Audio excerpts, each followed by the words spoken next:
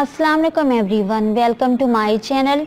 मेरे ख्वाब और इसकी इस्लामिक ताबीर। आज एक नई वीडियो लेकर हाजिर हुई हूँ जिसमें आपको बताया जाएगा कि ख्वाब में भीख मांगना कैसा है। चलें शुरू करते हैं आज की वीडियो। ख्वाब में भीख मांगना या खैरात मांगना। बकौल हजरत इब्ने सीरीन रहमतुल्लाह अलैहिस्सलाम ने फरमाया, अगर कोई देखे कि वो भीख मांगता है तो और कुछ तलब करता है तो दलील है कि इसको खैर और मुनाफा मिलेगा और वो बहुत अच्छी जिंदगी बसर करेगा। लेकिन लोग इसको मलामत करेंगे और तनकीद जरूर करेंगे। और अगर साहिब ख्वाब देखे कि वो लोगों के दरवाजों को बजा के भीख मांगता है और इसको कोई भीख नहीं देता तो दलील है कि इसके काम रुक जाएंगे, वो माशरे में जलील हो सकता है, गुर्बत और मुसीबत का सामना करना पड़ सकता है, कारोबार या जॉब खत्म हो सकती है। साहिब ख्वाब को चाहिए कि वो अपना सदका दे।